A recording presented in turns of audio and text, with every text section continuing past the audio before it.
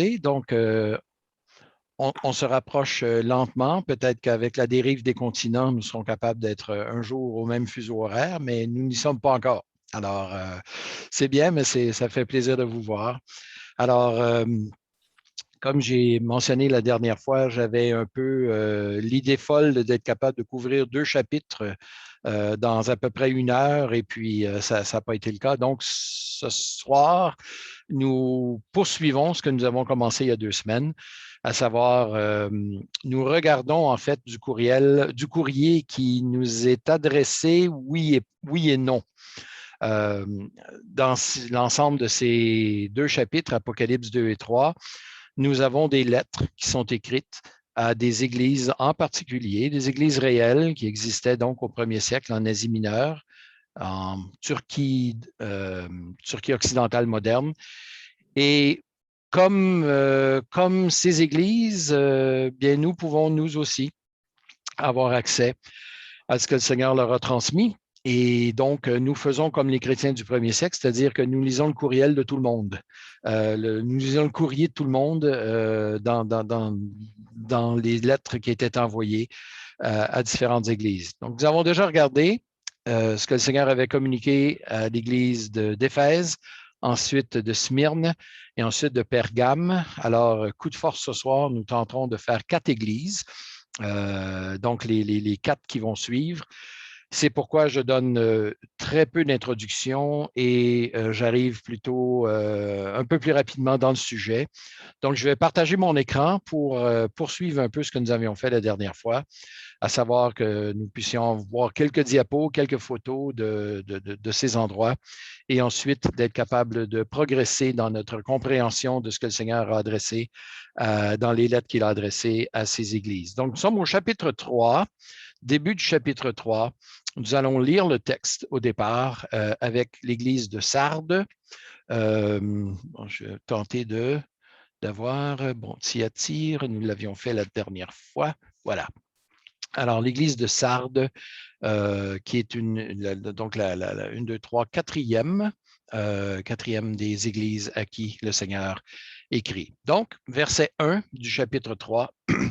Écrit à l'église, à l'ange de l'église de Sardes, voici ce que dit celui qui a les 7 esprits de Dieu et les 7 étoiles. Je connais tes œuvres. Tu as le renom d'être vivant, mais tu es mort. Sois vigilant et affermis le reste qui allait mourir, car je n'ai pas trouvé tes œuvres parfaites devant mon Dieu. Rappelle-toi donc comment tu as reçu et entendu la parole, garde-la et repens-toi. Si tu ne veilles pas, je viendrai comme un voleur, et tu ne sauras point à quelle heure je viendrai te surprendre. Cependant, tu as à Sardes quelques hommes qui n'ont pas souillé leurs vêtements. Ils marcheront avec moi en vêtements blancs, parce qu'ils en sont dignes. Ainsi, le vainqueur se vêtira de vêtements blancs. Je n'effacerai pas son nom du livre de vie, et je confesserai son nom devant mon Père et devant les anges. Que celui qui a les oreilles écoute ce que l'Esprit dit aux églises. Je prends soin de noter que les 2 derniers mots sont au pluriel, ce que l'Esprit dit aux églises. Alors, nous ne regardons pas par-dessus l'épaule des gens à qui cette lettre était adressée, parce qu'en fait, tous les chrétiens de tous les siècles, et même les 6 autres églises du 1er siècle, avaient accès à ce qui avait été communiqué à cette église. Donc, l'église de Sardes est dans une ville, l'ancienne capitale du royaume de Lydie. Alors, je vais partager mon écran.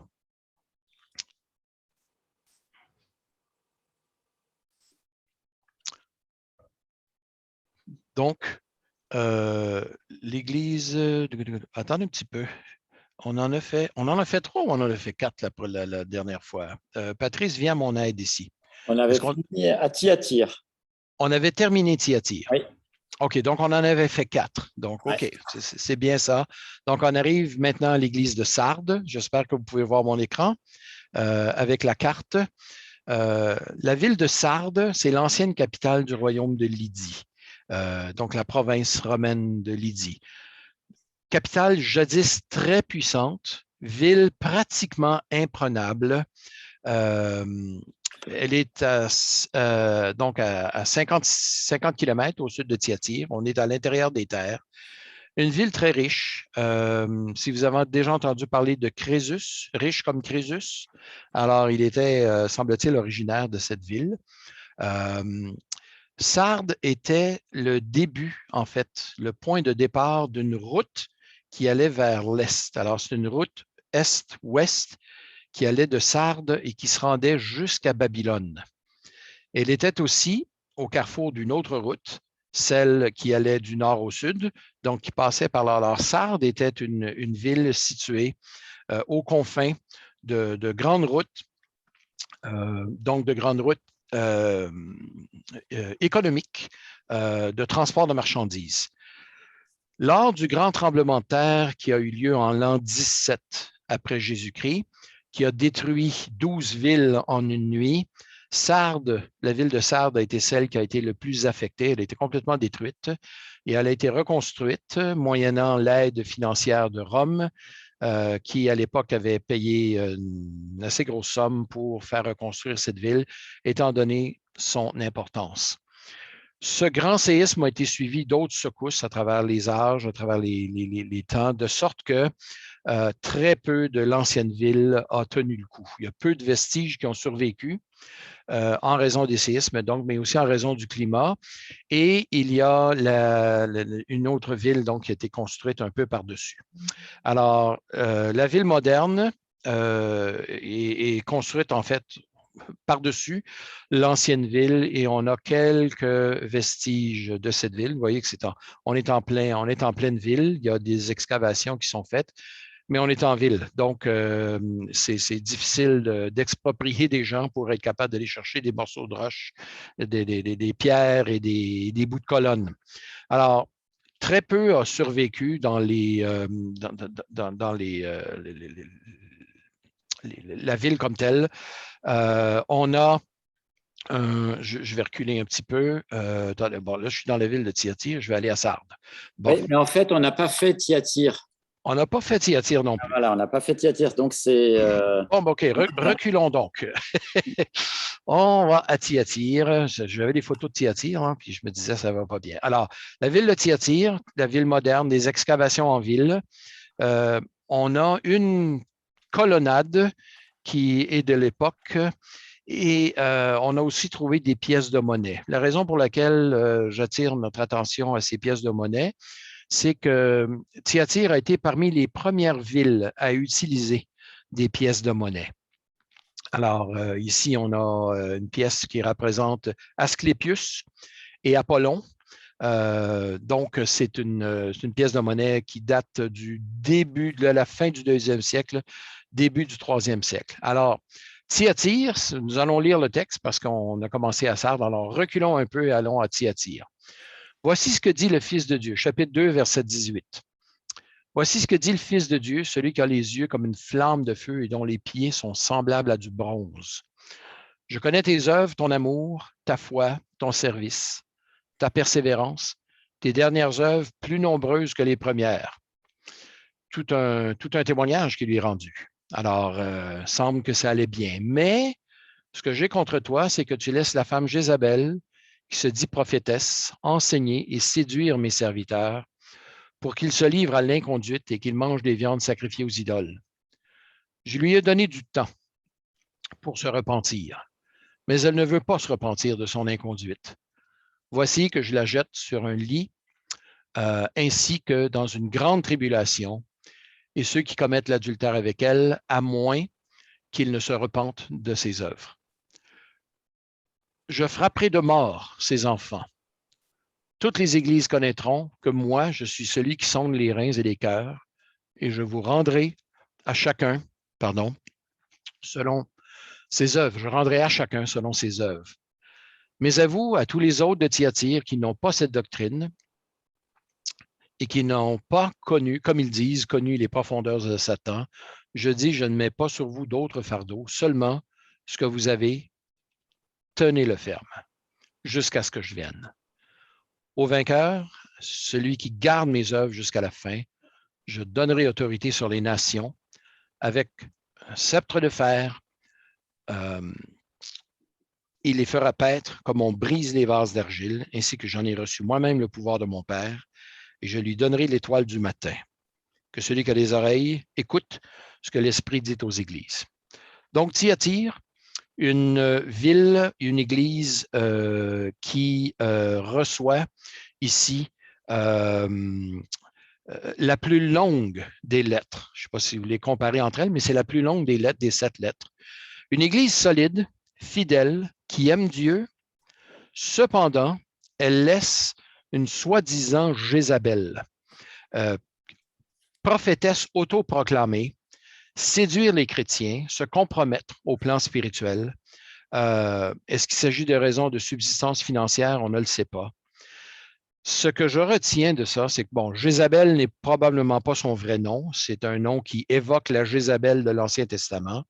Si vous vous souvenez de Jézabel, femme d'Akab, prêtresse de Baal, d'Astarté, donc une espèce de sorcière. Elle se trouve à être l'épouse du pire roi d'Israël. Alors, il y a eu comme une espèce d'osmose entre ces deux-là. Jézabel est celle qui avait fait condamner le voisin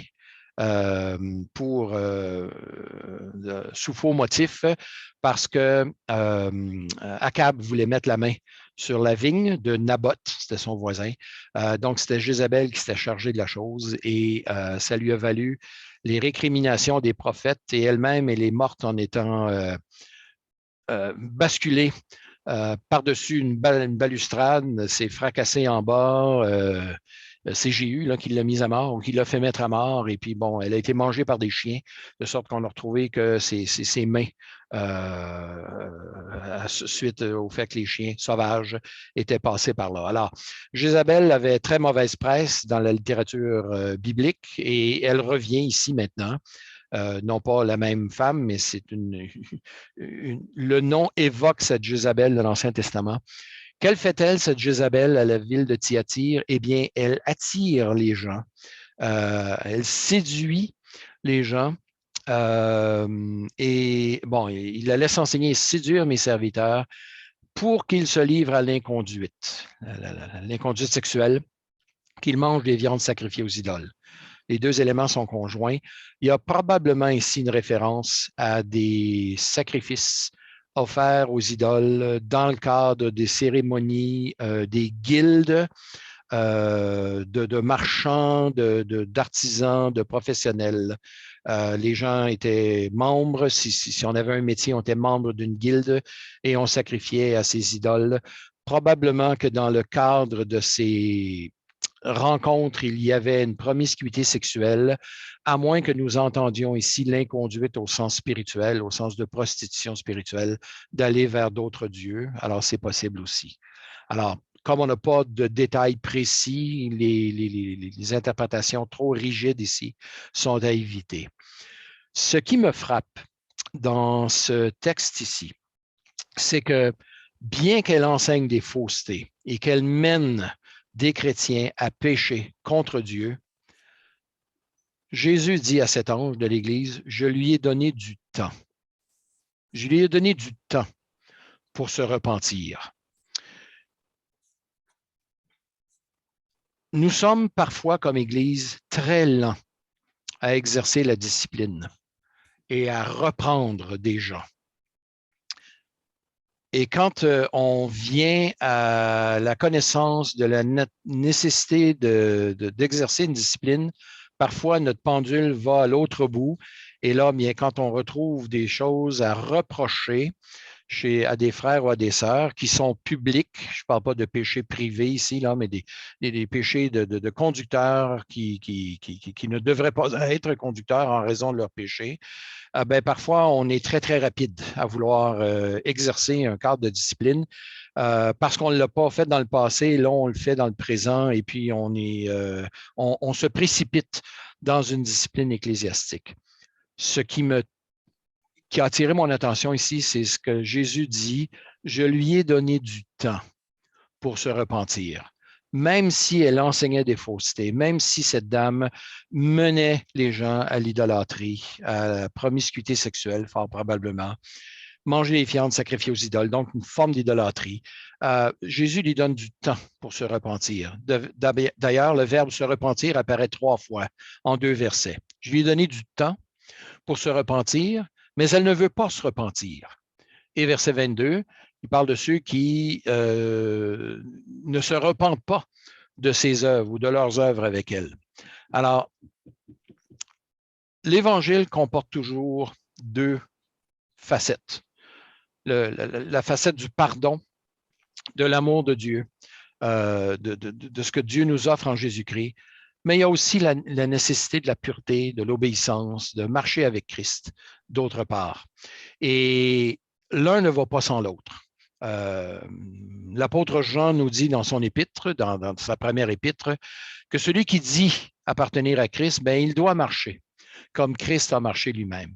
Notre appartenance à Jésus-Christ s'accompagne d'obéissance. Alors, la pure confession de foi, si je peux dire, ne vaut pas grand-chose si elle n'est pas accompagnée également d'une vie qui est conséquente, qui va avec la confession de foi. Et il faut être prudent aussi de se garder de l'autre extrémité, c'est-à-dire de voir la vie chrétienne comme essentiellement simplement une vie de performance, à l'effet que, bon, bien, on obéit à tel et tel et tel et tel commandement et que, par conséquent, ben, nous avons plus d'assurance devant Dieu. La bonne nouvelle, c'est que Christ est mort pour nos péchés, selon les Écritures. Il a été enseveli et 3 jours après, il est ressuscité, toujours selon les Écritures. Alors, si j'ai péché, si nous avons péché, eh bien, le sang de Christ est suffisant pour nous laver de toutes nos fautes. D'autre part, je ne peux pas m'appuyer sur une profession de foi passée pour dire maintenant, eh bien, tout va bien, et puis commencer à désobéir au Seigneur. Surtout pour une Église. Et si l'épître est adressée à une Église, on s'entendra, on se comprendra bien.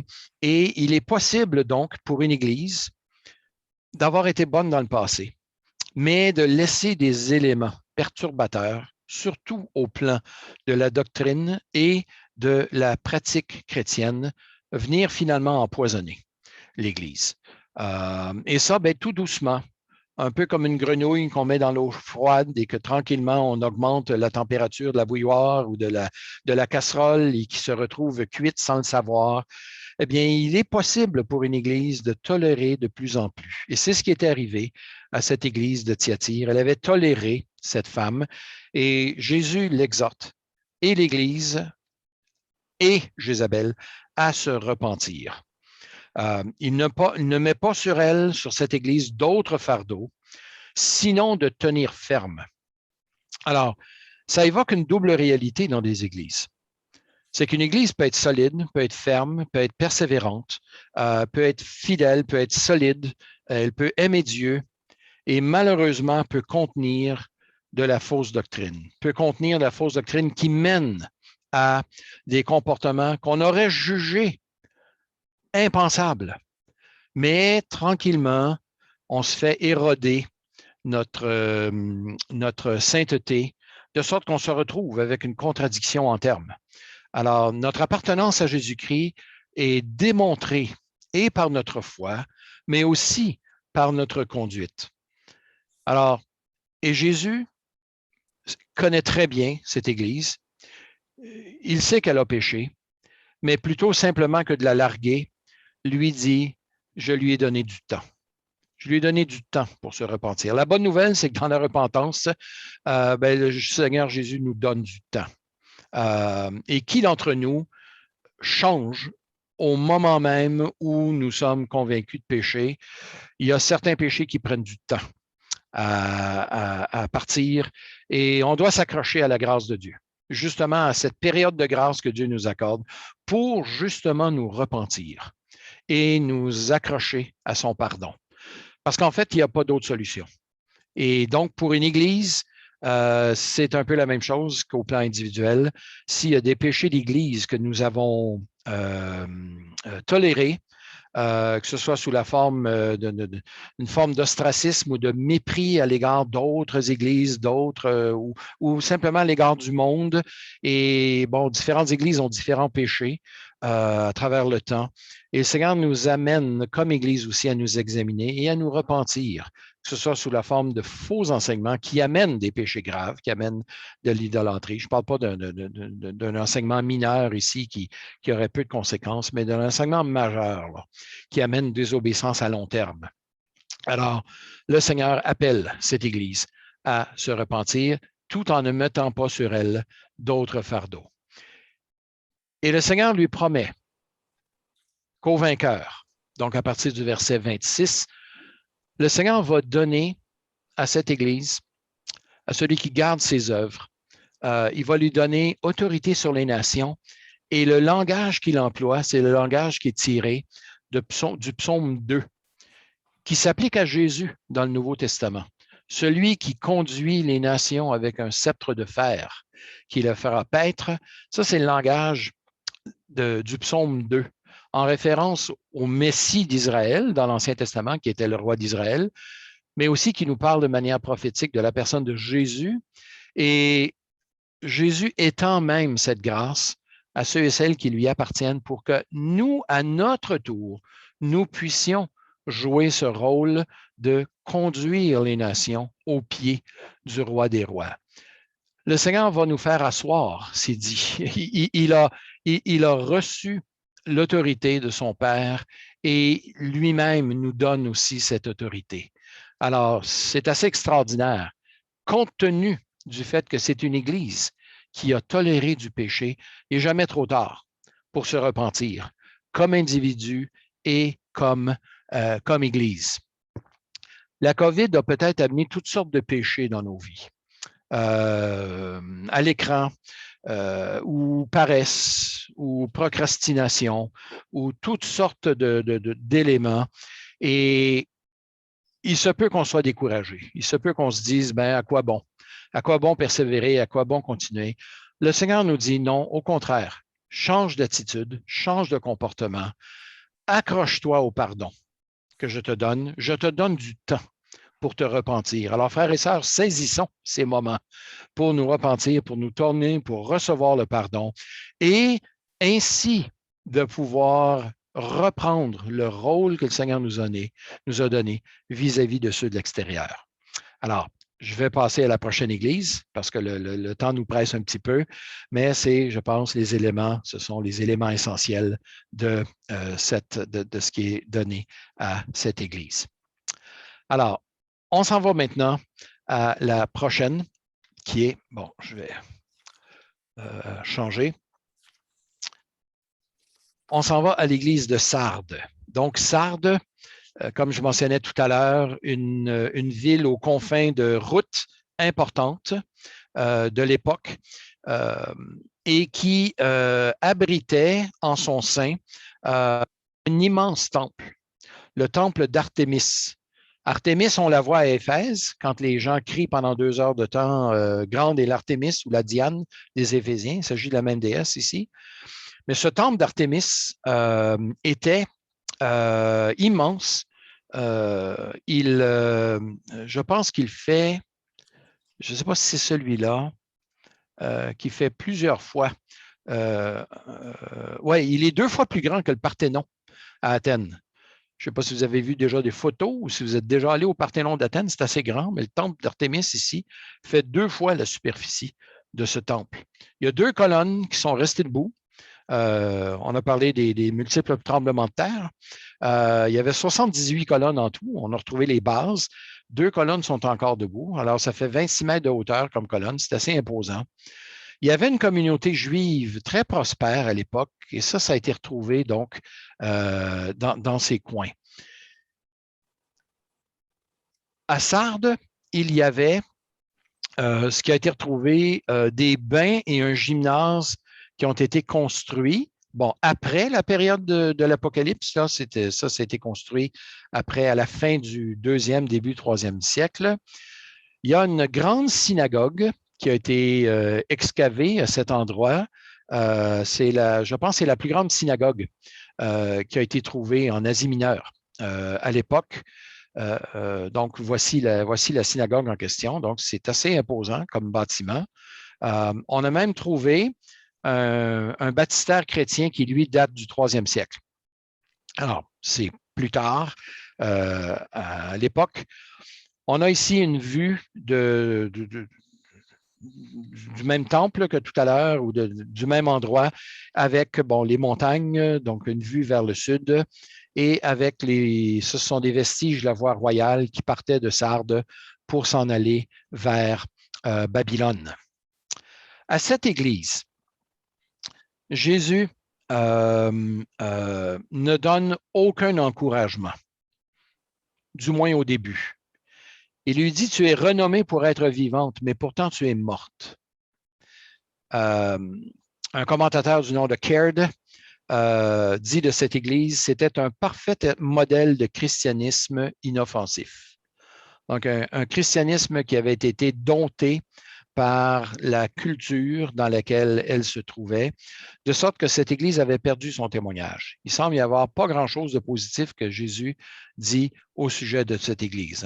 Je connais tes œuvres, tu as le renom ou la réputation d'être vivant, mais tu es mort. Cependant, tout n'est pas perdu. Parce que même dans une ville qui était riche et qui aussi était assez perverse, d'après ce qu'on sait de l'époque, il était facile donc pour cette Église de suivre le train de vie de la mondanité. Cette Église est appelée à se rappeler comment elle a entendu et comment elle a reçu la parole de Dieu, de la garder et de se repentir. Alors, même si cette Église avait à toute fin pratique perdu son témoignage, il n'en demeurait pas moins qu'il y avait en son sein quelques personnes encore vivantes, selon ce que le Seigneur dit. Hein? Il lui dit,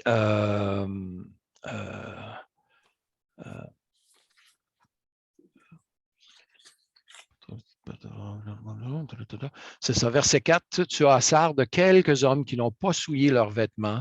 Ils marcheront avec moi en vêtements blancs parce qu'ils en sont dignes. L'église de Sardes est en fin de compte une église qui n'a d'église que de nom, qui a perdu son témoignage et qui pourtant, en son sein, a encore des enfants de Dieu, encore des gens qui appartiennent au Seigneur. Alors, tout n'est pas perdu pour cette église. Il se peut qu'à travers le temps, une église qui était jadis florissante, bienveillante et vivante ait perdu l'Évangile, le cœur même de ce qu'elle enseignait, et qu'elle s'est lentement transformée en un groupe qui finalement est devenu comme un des autres groupes en ville. Donc, une espèce de groupe social, de club social. Et ça, c'est un danger qui guette les églises, qui guette nos églises, surtout quand elles vont bien. Mais à travers le temps, il y a une perte d'esprit missionnaire, il y a une perte d'amour réel pour le Seigneur Jésus, de sorte qu'on va à l'Église, on fait l'Église, mais en fait, on n'est plus l'Église. Parce que lentement, nos traditions, notre liturgie, nos façons de faire habituelles ont remplacé l'Évangile. Nous avons besoin, frères et sœurs, de réentendre régulièrement le message de l'Évangile à l'intérieur même de nos rencontres d'Église. Pour la simple et bonne raison que si nous ne faisons que tenir pour acquis l'Évangile que nous annonçons, si nous ne l'annonçons plus, mais que nous disons, ah bien, les gens le connaissent le message, sans s'obliger à répéter le message de l'Évangile tous les dimanches ou à chaque fois qu'on entend une étude biblique, néanmoins, il y a la nécessité de répéter le message de l'Évangile, au moins pour deux raisons. La première, c'est que nos enfants ont besoin d'entendre l'Évangile. Si nous, comme parents, on a eu des enfants, nos enfants ont besoin d'entendre l'Évangile. Je ne tiens pas pour acquis que les enfants qui sont à l'Église où je vais, on a un bon groupe d'enfants, je ne tiens pas pour acquis que ces enfants connaissent l'Évangile. Je discutais avec mon épouse hier soir et puis notre troisième fils était avec nous pour l'après-midi et on discutait et on disait qu'il y a peut-être 20 ans, on avait un groupe de jeunes dans l'Église dont à peu près la moitié a persévéré avec le temps. Puis on peut se dire, bon, ben, c'est pas beaucoup. Bon, si on se compare aux chiffres aux États-Unis, nous, par exemple, bien, on est de loin en avance. Il y a une perte des fois jusqu'à 90 mais là, mon épouse disait que, bon, bien, dans le groupe, parce qu'elle a enseigné la même classe pendant de nombreuses années, et elle disait que, bon, mais il y a 15 ans, il y a une quinzaine d'années, le groupe d'âge auquel elle enseignait, eh bien, 10 ans après, elle envoyait à peu près la moitié déjà engagée, encore fidèle au Seigneur. Parmi les jeunes à qui elle enseigne en ce moment, elle estime qu'il va y en avoir non pas la moitié, mais le sixième. Donc, c'est-à-dire le tiers de cette moitié qui va persévérer à travers le temps. Elle le voit déjà. Elle ne tient pas pour acquis que ces jeunes qui sont dans sa classe, puis elle en a 24, 25, elle ne tient pas du tout pour acquis que ces jeunes connaissent l'Évangile, même s'ils ont les bonnes réponses aux questions. Parce que l'appartenance au Seigneur se manifeste non seulement par de bonnes réponses à des questions, mais s'ils sont moindrement attentifs à travers les années, ils connaissent les bonnes réponses. Mais je ne sais pas si vous avez ça en Suisse, mais quand on va pour avoir un permis de conduire ici au Québec, il y a 2 examens qu'on doit réussir. Il y a évidemment l'examen écrit qui porte sur la connaissance du code de la route, mais il y a aussi l'examen pratique derrière le volant. Et cet examen pratique, c'est souvent là où le bas blesse, parce que les gens peuvent connaître la signification des panneaux indicateurs, ils peuvent savoir qu'on doit boucler sa ceinture, mais c'est vraiment sur la route que le véritable examen se passe.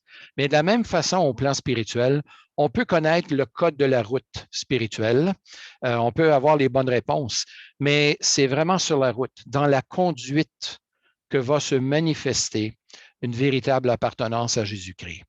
Si ma foi en Jésus-Christ ne me coûte rien, comme adolescent, comme jeune adulte, comme plus vieil adulte, bien demandons-nous quel genre de foi nous avons, quel genre de message nous croyons, quelle est la valeur de notre foi si, bien que vivant dans une ville riche comme Sardes, ces gens étaient maintenant morts spirituellement, vivaient de toutes les bontés de la société, de toutes les beautés, mais au plan spirituel étaient devenus des coquilles vides.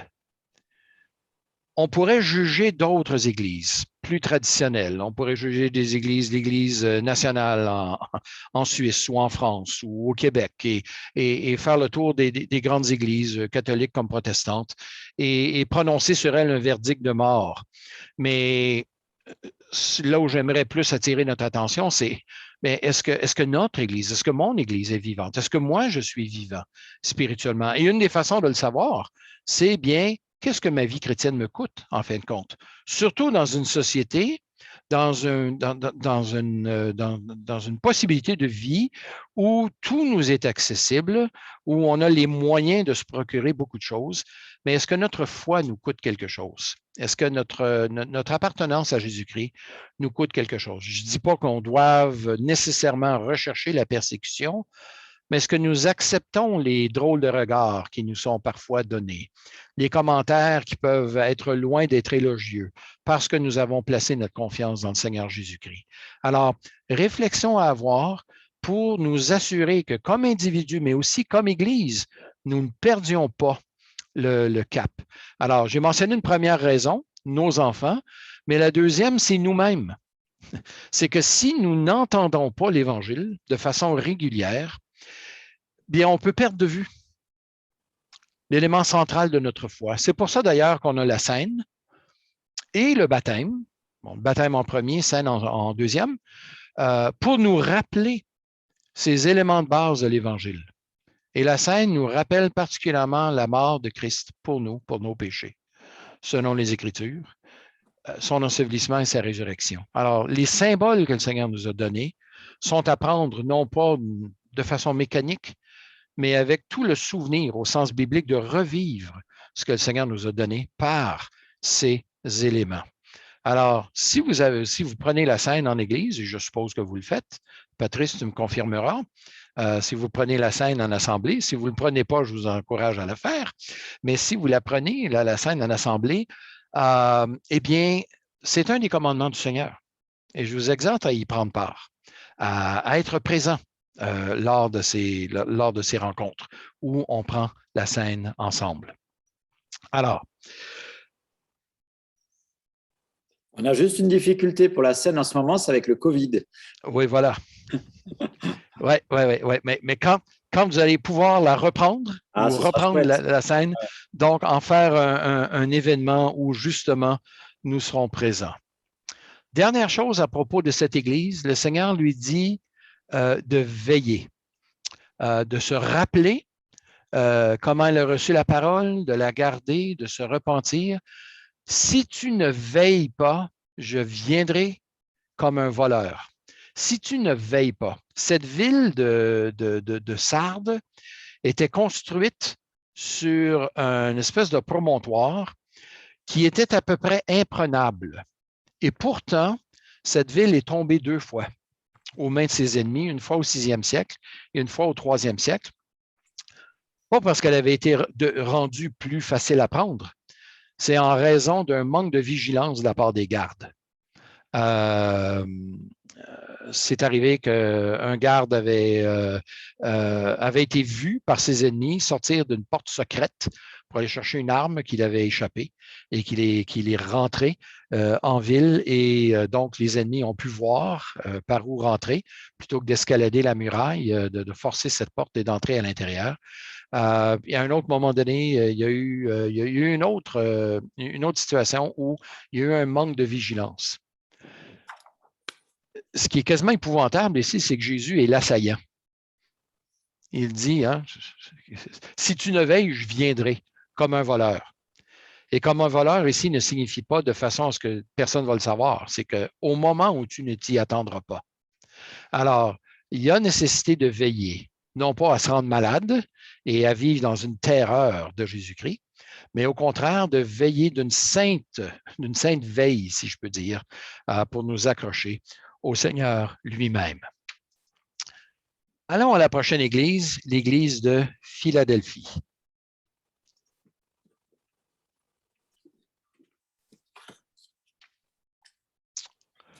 Ça, c'est vu l'ensemble du site. Voilà. Philadelphie, 28 km à l'est de Sardes, donc pas très loin. Ces églises devaient se connaître. L'église de Philadelphie, elle aussi, est au carrefour. Donc, de la route allant vers l'est, vers Babylone, donc, et à l'angle d'une route qui menait de Pergame jusqu'à l'Odyssée, qui descendait même plus loin.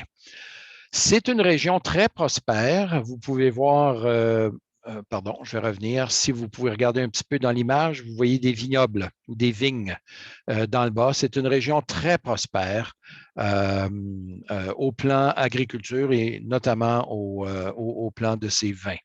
Alors, je sais que le long du lac Léman, il y a le patrimoine mondial de l'UNESCO avec les vignobles le long du lac. Alors, Philadelphie est une région un peu semblable à ça. On est dans une plaine ici. On est donc au carrefour de grandes voies terrestres. Philadelphie était le centre du culte à Dionysos. Je ne sais pas si Dionysos vous dit quelque chose, connu sous son nom romain de Bacchus. Alors, qui dit Dionysos ou Bacchus dit vin. Donc, c'est le dieu du vin et le dieu de la fertilité. Cette ville de Philadelphie, bon, ça c'est la ville moderne ici, mais l'ancienne ville, elle aussi a été complètement détruite lors du séisme en l'an 17, même séisme qui a détruit Sardes. Il y a eu d'autres secousses après qui ont eu raison des murs de la ville. Alors, il y a un écrivain, un historien, Strabon, qui a écrit, Strabon a vécu un peu avant Jésus-Christ, il est décédé en 21 après Jésus-Christ.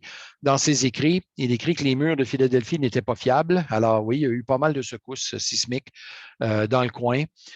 L'archéologie a été peu entreprise parce que vous voyez que la ville moderne, c'est Al-Ashair, qui veut dire, je pense, la ville d'Allah ou la ville des jardins. Je ne suis pas sûr exactement de la signification du nom. Mais c'est une ville donc, qui était très prospère à l'époque. Il y a une ancienne acropole dans le coin. Il existe encore une église qui date du 7e siècle. On a à Philadelphie, on a trouvé l'existence d'un théâtre. Le théâtre n'est pas excavé. Il y a certains de ces théâtres encore là, qui n'ont pas été excavés, mais on sait qu'il est là par photo aérienne et puis par image radar, on peut voir un peu ce qu'il y a en dessous. Donc, on sait qu'il y a, un théâtre qui est là. Ce qui reste de signes du christianisme dans cette ville, ce sont les vestiges d'une église qui était dédiée à Saint Jean. Alors, il y avait 4 immenses piliers. On en voit 2 ici. Il y en a un 3e qui est dans une autre photo, je pense, mais le 4e s'est écroulé. Mais tout le coin maintenant est passé à l'islam. Alors, le coin entier est passé à l'islam. Donc, ce sont des quelques vestiges du christianisme. Vous voyez ici un minaret, là, avec, je pense que ce mur date du 1er siècle. C'est un des quelques tronçons qui demeurent, sinon le seul tronçon qui demeure encore debout de l'époque. La ville de Philadelphie a changé de nom régulièrement à travers l'histoire. Cette ville a eu évidemment le nom de Philadelphie, mais elle a eu aussi le nom de Néo-Césarée, donc la nouvelle Césarée, en l'honneur des Césars. Ça, c'est lorsque César Auguste a financé la reconstruction de la ville, après le grand séisme de l'an 17. Elle s'est aussi appelée Philadelphia Flavia, du nom de la famille de l'empereur Vespasien, donc lui qui a régné plus tard, de 69 à 79. C'est aussi une ville qui a été appelée la Décapolis. Décapolis veut dire 10 villes. On l'a même appelée la Petite Athènes à l'époque, à cause de la magnificence de ses temples. Alors, voici ce que dit le Seigneur à l'ange de l'Église de Philadelphie, verset 7. Voici ce que dit le Saint, le véritable, celui qui a la clé de David, celui qui ouvre et personne ne fermera, celui qui ferme et personne n'ouvrira. Ça, c'est un renvoi à Ésaïe, chapitre 22, verset 22. Jésus lui dit, je connais tes œuvres. Voici, j'ai mis devant toi une porte ouverte, que nul ne peut fermer, parce que tu as peu de puissance, parce que tu as gardé ma parole et que tu n'as pas renié mon nom. De toutes les églises, des 7 églises de l'Apocalypse, Philadelphie était probablement la plus faible. Alors voici, je te livrerai des gens de la synagogue de Satan qui se disent juifs et ne le sont pas car ils mentent. Voici, je les ferai venir se prosterner à tes pieds et reconnaître que je t'ai gardé. Parce que tu as gardé la parole de la persévérance en moi, je te garderai moi aussi de l'heure de l'épreuve qui va venir sur le monde entier pour éprouver les habitants de la terre. Je viens bientôt, tiens ferme ce que tu as, afin que personne ne prenne ta couronne. Du vainqueur, je ferai une colonne dans le temple de mon Dieu, et il n'en sortira plus. C'est un peu ironique que tout ce qui reste des vestiges du christianisme, ce sont justement des colonnes, des piliers dans l'ancienne ville. J'écrirai sur lui le nom de mon Dieu et celui de la ville de mon Dieu, la nouvelle Jérusalem, qui descend du ciel d'auprès de mon Dieu, ainsi que mon nom nouveau. Bon, la nouvelle Jérusalem qui descend du ciel, c'est encore à venir dans le livre de l'Apocalypse. C'est au chapitre 22 qu'on la voit descendre. Alors, le livre de l'Apocalypse, c'est un livre à lire dans son entièreté. Et ensuite, on revient, puis on voit des allusions à d'autres textes au fur et à mesure qu'on lit le texte. Jésus lui prenait un nom nouveau ou d'écrire le nom de la ville de son Dieu, la Nouvelle Jérusalem, pour une ville qui a changé de nom à plusieurs reprises. cette évocation d'un nom nouveau, la Nouvelle Jérusalem, la ville de mon Dieu, même mon nom qui sera écrit sur cette personne. J'écrirai sur lui le nom de mon Dieu. Je ne sais pas si j'en ai parlé il y a 2 semaines, mais c'était pratique courante à l'époque d'écrire, de faire écrire le nom des gens généreux sur des colonnes. On a certaines colonnes qui datent de l'époque sur lesquelles colonnes sont écrits les noms de certains personnages. Vraisemblablement, il devait s'agir des gens qui étaient généreux envers la ville, des espèces de commanditaires, des sponsors, vous dites chez vous. Au Québec, on a gardé le terme français commanditaire. Je vous exhorte à le faire aussi.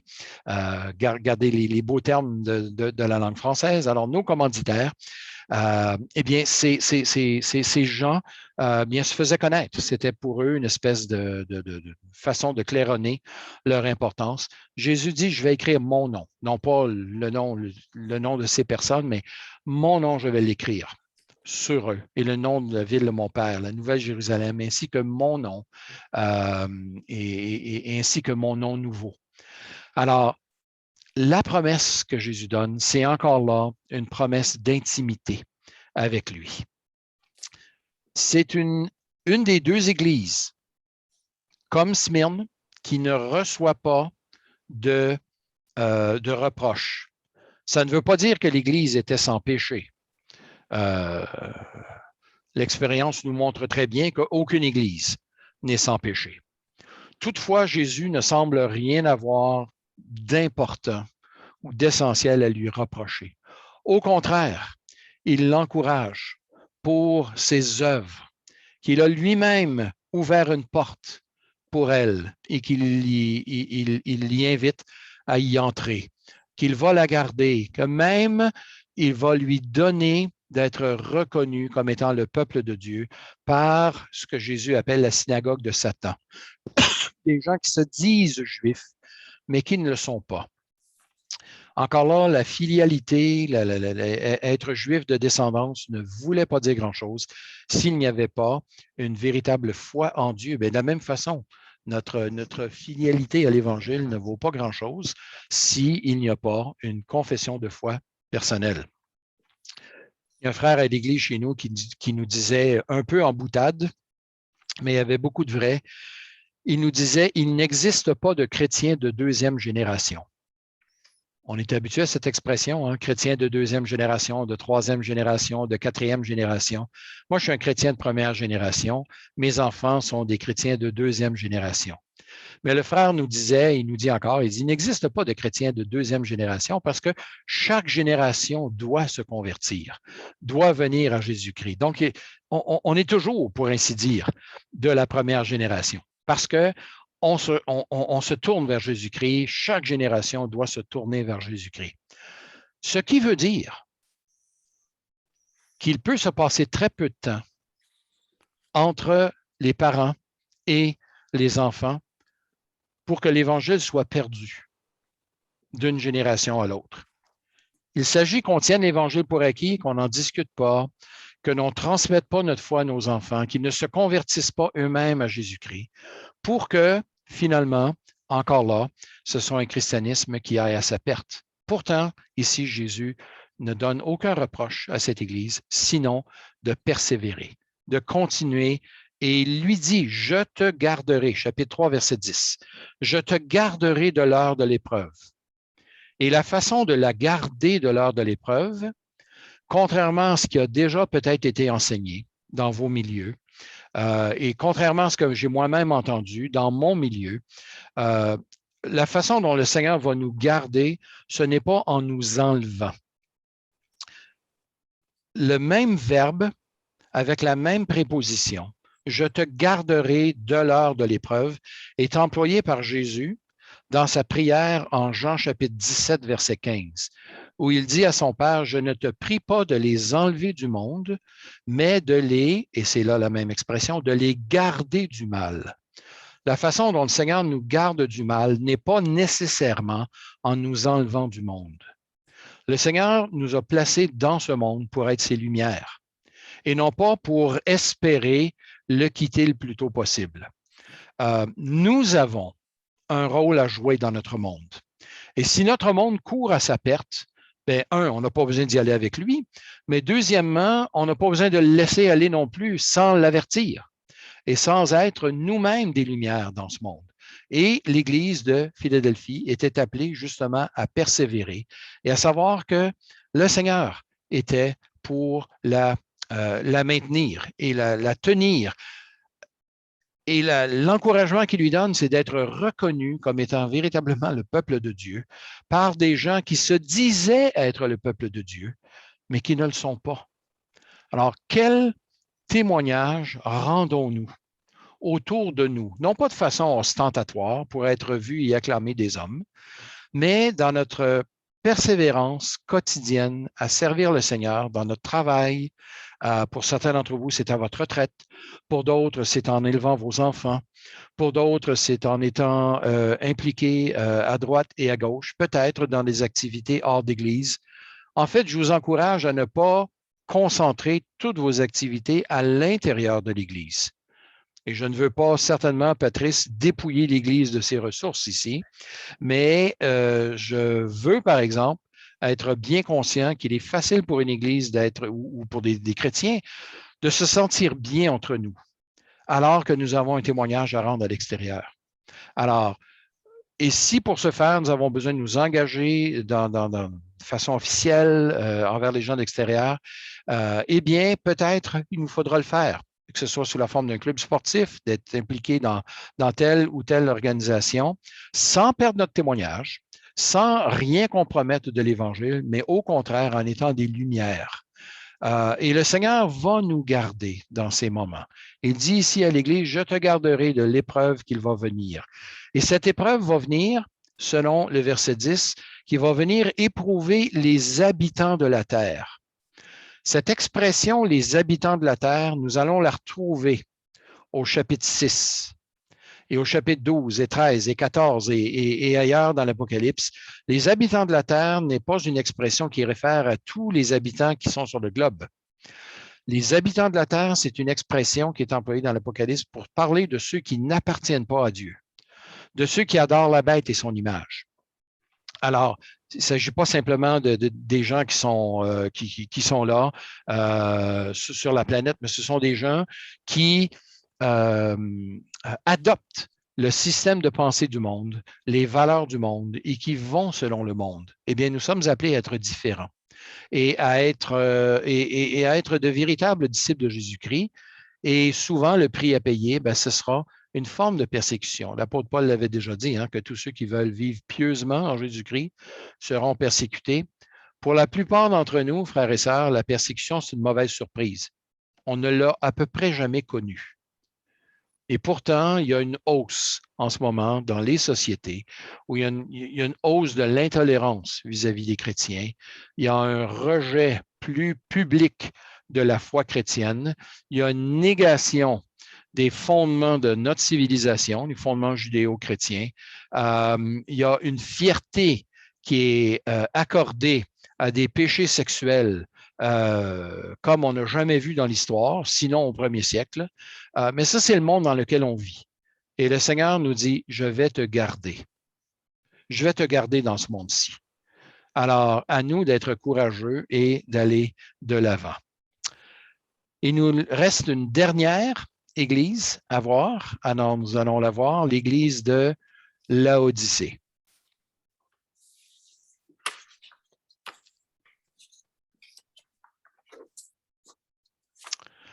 Laodicée est la dernière de cette tournée. Alors, on fait presque une espèce de fer à cheval ici, ou presque une boucle. Donc, Laodicée à 70 km au sud-ouest de Philadelphie, au sud-est, pardon. On est à 160 km à peu près d'Éphèse. On est à 15 km de Colosse au sud, Hiérapolis au nord. Les ruines ont commencé à être dégagées depuis l'an 2003 et le gouvernement turc désire en faire une nouvelle Éphèse touristique. c'est-à-dire qu'on est en train de reconstruire à partir des matériaux sur place, on est en train de reconstruire l'ancienne ville. Alors, la ville de Laodicée, située dans une plaine, encore là, dans un coin assez fertile, mais c'était une ville qui, à l'époque, était reconnue pour plusieurs choses. Elle était reconnue pour la qualité de ses tissus, entre autres avec la laine noire produite par ses moutons, une école de médecine qui fabriquait un collier, une espèce d'onguent pour les yeux qui était fait à partir d'une pierre locale qu'on réduisait en poudre. Alors, c'était la fameuse poudre phrygienne. Donc, une ville qui était reconnue pour la laine noire de ses moutons. Malheureusement, cette ville n'avait pas de source d'eau pure à proximité. Alors, petit coup d'œil d'abord à Laodicée. Laodicée est une de ces rares villes qui avait 2 théâtres. Je ne sais pas s'ils ont commencé à être excavés, mais ils ont été identifiés. Alors, on a le grand théâtre, ici, on a le petit théâtre. Alors, un à l'ouest, l'autre à l'est de la ville. Il y a même un petit odéon où vraisemblablement les affaires de la ville étaient réglées. Le grand théâtre fait 15 000 places à peu près, le petit théâtre en fait la moitié. Ici, on a aussi un stade qui est encore là pas dégagé, mais qui est un stade où il devait y avoir des espèces de courses de chariots. Donc, il fait à peu près 300 mètres de long sur 200 mètres de large, la longueur dite d'un stade. L'eau était amenée à cette ville parce que Laodicée n'avait pas de source d'eau. L'eau était canalisée. Elle était canalisée, entre autres, à partir de la ville de Hiérapolis au nord, dont on va voir quelques photos tout à l'heure. On a dégagé la voie centrale, cette fameuse rue centrale. On la voit maintenant au niveau du sol. Elle est en train d'être restaurée. Vous allez voir que, bon, si vous regardez comme il faut, à gauche, il y a des grues. On va les voir de plus près tout à l'heure. Mais c'est la voie centrale, donc, qui mène à l'Agora. Des arches qui mènent aussi à cet endroit. Alors, on est en train là, de reconstruire l'Agora, de reconstruire la ville. Donc, on restaure les colonnes à coups de grues et de travail. Imaginez-vous, nous, on fait ça avec des grues. Jadis, on faisait ça avec des palans, avec des cordes et à l'huile de coude, avec fort probablement des esclaves aussi qui étaient dirigés vers ce genre de travaux. Donc, on est en train de la restaurer, cette ville. Dans quelques années, fort probablement que ça va devenir donc une deuxième Éphèse.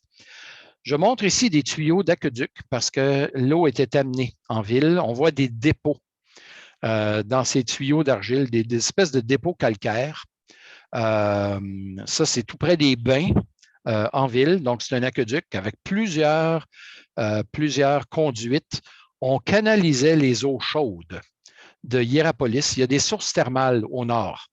Et voici les fameuses sources thermales. Si jamais vous allez en Turquie moderne et que vous consultez un agent de voyage, c'est à peu près sûr qu'il va vous proposer d'aller visiter les sources de Hiérapolis. C'est un flanc d'une colline où il y a des eaux thermales et tout est maintenant blanc. Alors, il y en a sur des centaines de mètres comme ça. Et c'était de ces eaux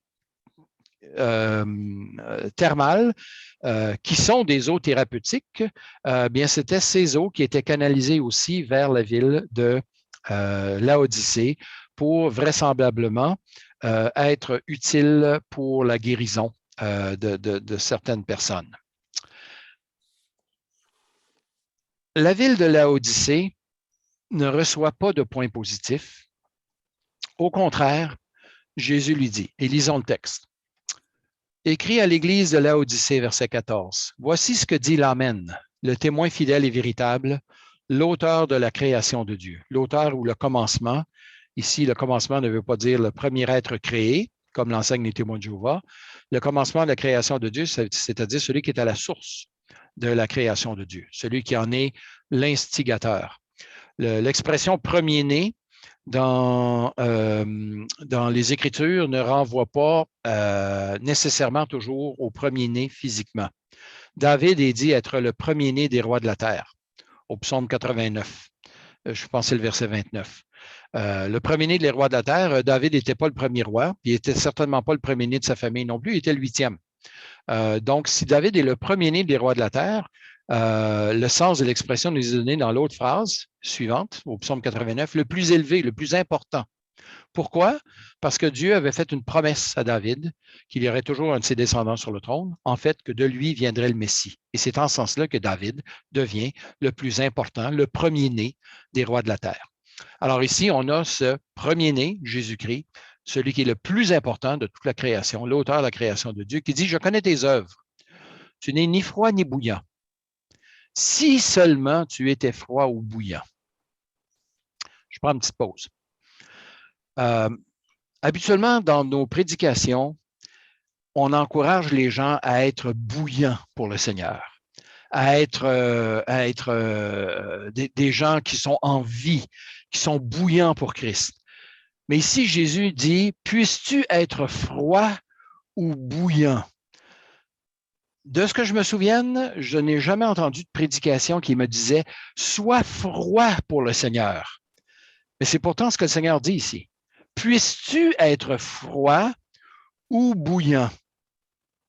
L'opposition ici n'est pas entre les degrés de chaleur, froid signifiant mauvais et bouillant signifiant bon, mais froid ou bouillant dans leur contraste avec ce qui est dit par la suite.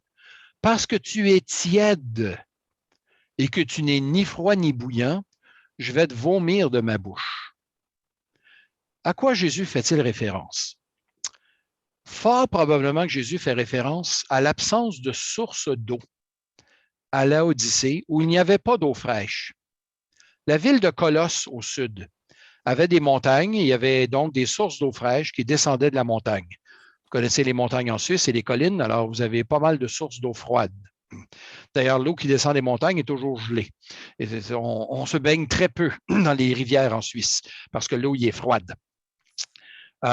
Et d'autre part, l'eau qui est chaude, l'eau froide est désaltérante, on peut la boire et elle nous fait du bien.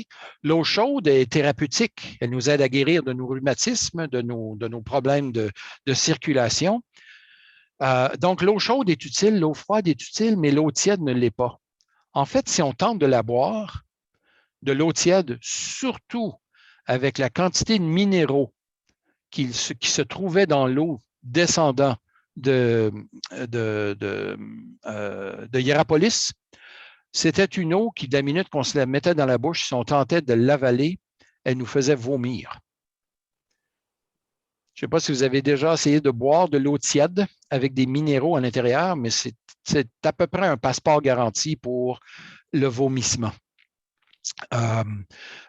Et c'est fort probablement ce à quoi Jésus renvoie quand il dit à cette Église, « Puisses-tu être froid ou bouillant, mais pas tiède. Parce que si tu es tiède, je vais te vomir de ma bouche. » Alors, tiède ici fait référence à l'inutilité. Tu n'es ni désaltérante, ni thérapeutique. Tu es insipide. Tu me fais vomir, disait le Seigneur. Parce que tu dis, et voici le discours de l'Église, je suis riche, je me suis enrichi, je n'ai besoin de rien. Lorsque la ville avait été détruite par le fameux tremblement de terre, elle a su se reconstruire sans l'aide de Rome. Rome avait voulu offrir des subsides financiers et elle avait refusé. Donc, elle avait refusé l'aide financière de Rome en disant, nous sommes capables, je n'ai besoin de rien. Malheureusement, le même genre d'esprit s'était répandu maintenant dans l'Église. Parce que si tu dis, je me suis enrichi, je n'ai besoin de rien, et que tu ne sais pas que tu es 5 choses, malheureux, misérable, pauvre, aveugle et nu. Ça, c'était des gifles en plein visage des membres de cette Église, parce que c'était une Église qui vivait dans un coin où il y avait des vêtements, il y avait des collyres, il y avait des médicaments, il y avait de la richesse. Et Jésus lui dit, tu es malheureux, misérable, Tu es pauvre, aveugle et nu. Tu n'es même pas conscient de ta nudité. Je te conseille d'acheter chez moi de l'or, éprouvé par le feu. Et ici, c'est de façon métaphorique. On aura compris que Jésus ne parle pas d'acheter le salut ici, mais c'est une façon de parler à l'effet que de venir à lui. Parce qu'ailleurs, dans l'Apocalypse, on trouve surtout à la fin de l'Apocalypse des versets qui nous disent que celui qui a soif vienne et prenne de l'eau de la vie gratuitement. Alors, le salut est gratuit. Alors ici, si Jésus nous exhorte à acheter quelque chose, ce n'est certainement pas le salut. Mais il y a une forme d'éveil spirituel à y avoir. Alors, je te conseille d'acheter chez moi de l'or éprouvé par le feu, afin que tu deviennes riche, des vêtements blancs, afin que tu sois vêtu et que la honte de ta nudité ne paraisse pas.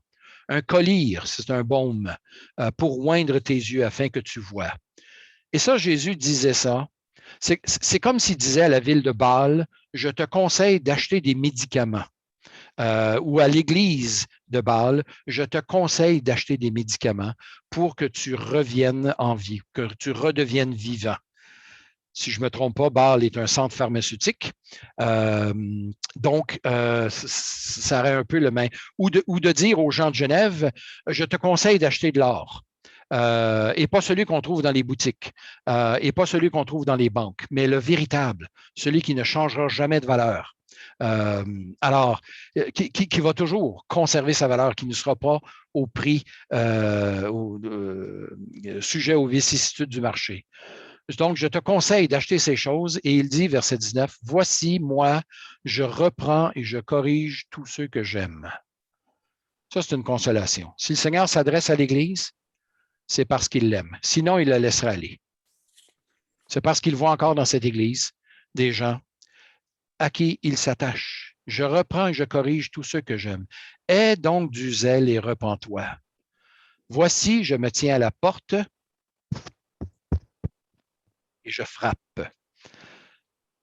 Souvent, on a compris ce verset-là comme à l'effet que Jésus se tenait à la porte de notre vie et la porte de notre cœur. Ici, c'est à la porte de l'Église. C'est à une Église que c'est adressé.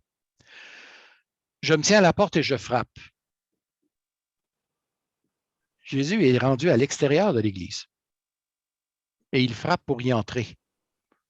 Comment s'est-il retrouvé à l'extérieur de l'Église? On n'en a aucune idée. Sinon, que l'Église s'est enrichie, elle s'est assise sur sa richesse et elle n'a pas tenu compte de la préciosité, si je peux m'exprimer ainsi, de la personne de Jésus-Christ. Et là, Jésus se trouve à l'extérieur et il frappe pour y entrer. Si quelqu'un entend ma voix, ouvre la porte, j'entrerai chez lui, je souperai avec lui et lui avec moi.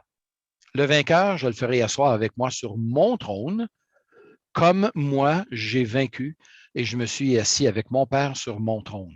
On va voir au chapitre 4 et au chapitre 5 que ce trône est un trône inaccessible. Un trône dont nul ne peut s'approcher, qui est gardé jalousement par des êtres vivants, par 24 vieillards, par une mer de cristal. Personne ne peut s'approcher de ce trône. Et pourtant, Jésus lui dit, au vainqueur, je le ferai asseoir sur mon trône. Comme moi j'ai vaincu, je me suis assis avec mon Père sur son trône. Que celui qui a des oreilles écoute ce que l'Esprit dit aux églises. Le Seigneur lui offre donc encore de l'espoir à cette Église en frappant à sa porte. Qu'est-ce que nous donnons comme goût aux gens? Est-ce que notre évangile est désaltérant? Est-ce que notre évangile amène un baume aux gens? Et est-ce que cet évangile a de l'effet même sur nos propres vies, sur le message? Est-ce que ce message de l'évangile, qui se résume par la mort de Christ sur la croix, à celui qui nous aime, chapitre 1, verset 5, qui nous a délivrés de nos péchés par son sang. On va voir que la mort de Jésus-Christ est centrale à l'intérieur de toute l'Apocalypse. C'est là le point central de l'histoire. Alors, il y a cette importance donnée à la mort de Jésus-Christ. Je conclus brièvement, j'ai déjà été beaucoup trop long, mais je conclus brièvement en répétant les exhortations de Jésus à l'ensemble de cette Église. Si tu es sans elle, sans amour, retrouve ton premier amour. Repens-toi et retrouve ton premier amour. Si tu es fidèle mais craintif, eh bien, supporte la souffrance en vue de la couronne de vie. Ça, c'est l'Église de Smyrne. Si tu es séduit par la fausse doctrine et l'immoralité, Pergame, repens-toi, change de comportement. Si tu es paresseux, endormi ou mort, Thyatire, eh bien, réveille-toi et reviens à la vie. Et ça, ce n'est pas impossible, c'est le Seigneur lui-même qui nous appelle à le faire. Si tu te sens faible, abattu dans ta foi, eh bien, souviens-toi que tu seras récompensé, protégé du Jésus à l'Église de Philadelphie. Et finalement, si notre obéissance est tiède, que notre foi est complaisante, eh bien, tournons-nous vers Jésus-Christ. Trouvons en lui notre richesse. Je sais très bien que nous avons besoin de sous pour vivre. Vous vivez dans un pays qui est riche, moi aussi d'ailleurs, mais c'est d'abord au Seigneur Jésus-Christ que nous sommes appelés à faire confiance. C'est lui qui est au contrôle de toutes choses. Alors, ne soyons pas trompés en pensant que ce monde-ci, eh bien, c'est tout ce qui existe et tout ce qui existera. Non, au contraire, Jésus se préoccupe de ce qui se passe. Il se préoccupe de nous et il n'est pas trop loin de nous pour être désintéressé. Il nous a dit lui-même dans Jean chapitre 16, verset 33, « Vous aurez des tribulations dans le monde, mais prenez courage. Moi, j'ai vaincu le monde. » Alors, ces épîtres écrites à des églises sont là pour les amener à se remettre sur les rails, pour ainsi dire. Et ça, bien, elles peuvent le faire par la série d'exhortations données par le Seigneur Jésus. J'ai déjà été très long, mais c'est une introduction aussi à ce qui va venir dans les chapitres 4 et 5. Patrice, je te repasse la parole.